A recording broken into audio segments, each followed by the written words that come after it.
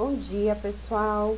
Bom, a gente vai começar a falar hoje sobre ligações químicas e especificamente ligação iônica.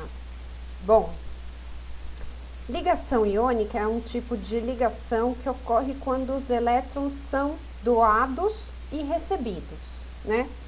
Então vamos só esclarecer, ó. Ligação química vai ser o estudo, vamos dizer assim, que é o estudo do movimento dos elétrons.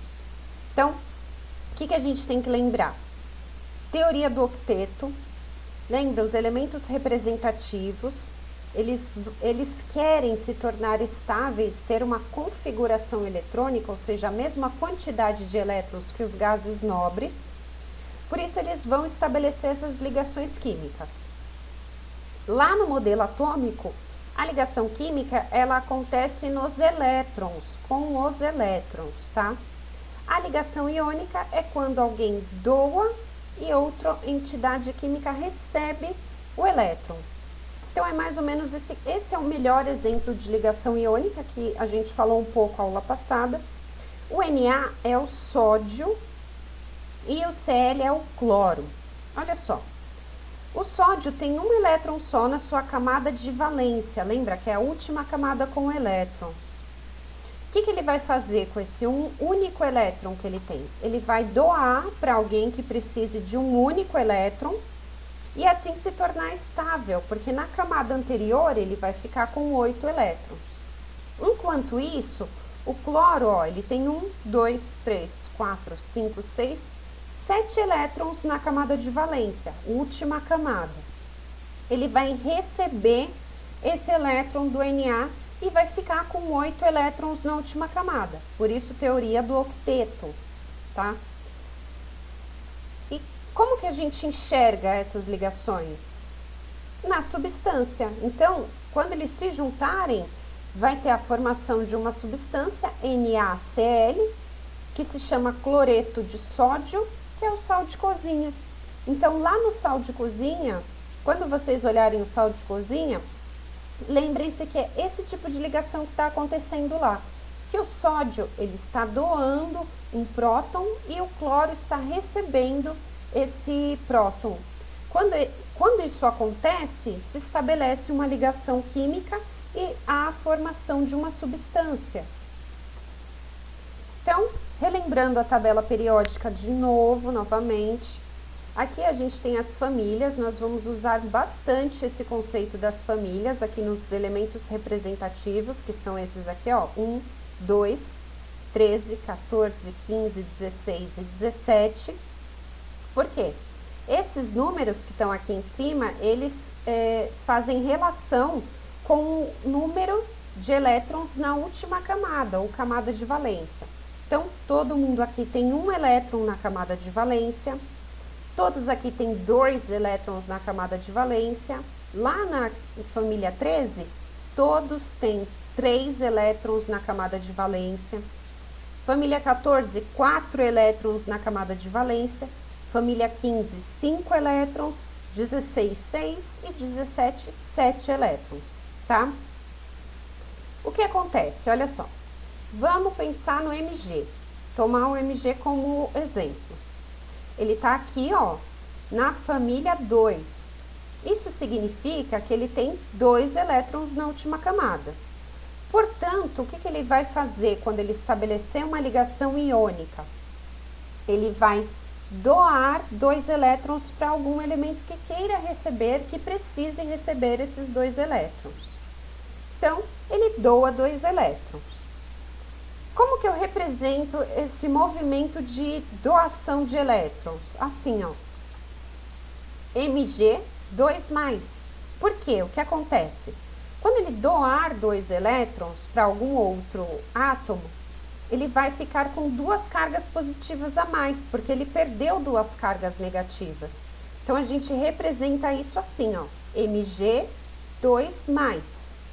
Tá? Isso significa que ele quer doar 2 elétrons, que ele vai doar 2 elétrons, tá? Agora, vamos pensar no oxigênio. O oxigênio tá aqui, ó, na família 16, ou 6A, isso significa que ele tem 6 elétrons na última camada. Se ele tem 6 elétrons na última camada, de acordo com a teoria do octeto, ele quer receber 2 elétrons para se tornar estável, certo? Então, ele vai receber 2 elétrons. Como que a gente representa esse recebimento de elétrons? Assim, ó. O2-. Significa que ele vai receber 2 cargas negativas, 2 elétrons, tá? E agora, como que eu vou juntar essas duas entidades? Olha só, eu tenho o Mg2+, e o O2-. Como é que eu faço para juntar essas duas substâncias? Para escrever, teoricamente, é assim, ó. O número que está aqui em cima, somente o número, eu vou colocar aqui embaixo. E o número que está aqui em cima, eu vou colocar aqui embaixo, como fazendo um X, somente o número, não a carga. Então, ó, o que vai acontecer? Mg2O2, vai ficar assim, a fórmula. Só que, como, olha, o que isso está informando, né? Que para eu ter essa substância formada pelo oxigênio e pelo magnésio, eu vou precisar de, a cada 2 magnésios, 2 oxigênios. A proporção é a mesma, então quando eu precisar de um magnésio, eu vou precisar somente de um oxigênio. Então eu não preciso colocar esses números quando eles são iguais, tá? Esse daqui é o óxido de magnésio, tá? Pra gente entender melhor, olha só, o NaCl. Quando o número é 1, porque vamos voltar na tabela periódica, ó. Opa. O Na, ele tá aqui, ó. Ele tem um elétron na última camada. Então, ele quer doar esse elétron para algum outro átomo. Enquanto isso, o Cl, que está na família 17, ele tem 7 elétrons na última camada. Então, ele quer receber um único elétron para se tornar estável. Olha só que combinação perfeita. Um deles quer doar um elétron e o outro quer receber um único elétron. Então, eles vão se juntar. Quando é 1 apenas, ó, nessa situação, quando eu tenho 1, eu nem preciso colocar valor nenhum, número nenhum. Se quiser colocar 1 para não esquecer, pode colocar, não está errado. Mas normalmente ele nem é representado. Então é como se eu abaixasse o número que está aqui, vai ficar aqui no cantinho do lado do Cl.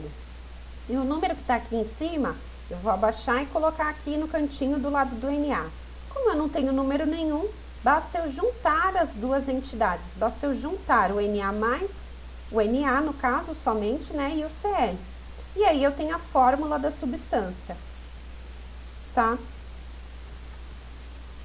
Outro exemplo, o Al3, que é o alumínio, ele tá aqui, ó, na família 13. Isso significa que ele tem 3 elétrons na última camada, ou camada de valência, que dá no mesmo falar algum desses nomes. Bom, se ele quer doar 3 elétrons, a gente vai representar assim, ó, 3+. O flúor, que é o F, ele tá lá, olha, aqui, na família 17. Então, ele tem 7 elétrons na última camada. Ele quer receber um elétron. Mas como que a gente vai juntar esses dois compostos? É esse número que está aqui, vai descer para cá. O número que está aqui, desce para cá. Como não tem número nenhum, ó, não desce valor nenhum. E o número que está aqui embaixo, está aqui do lado pequenininho, do lado do flúor, tá?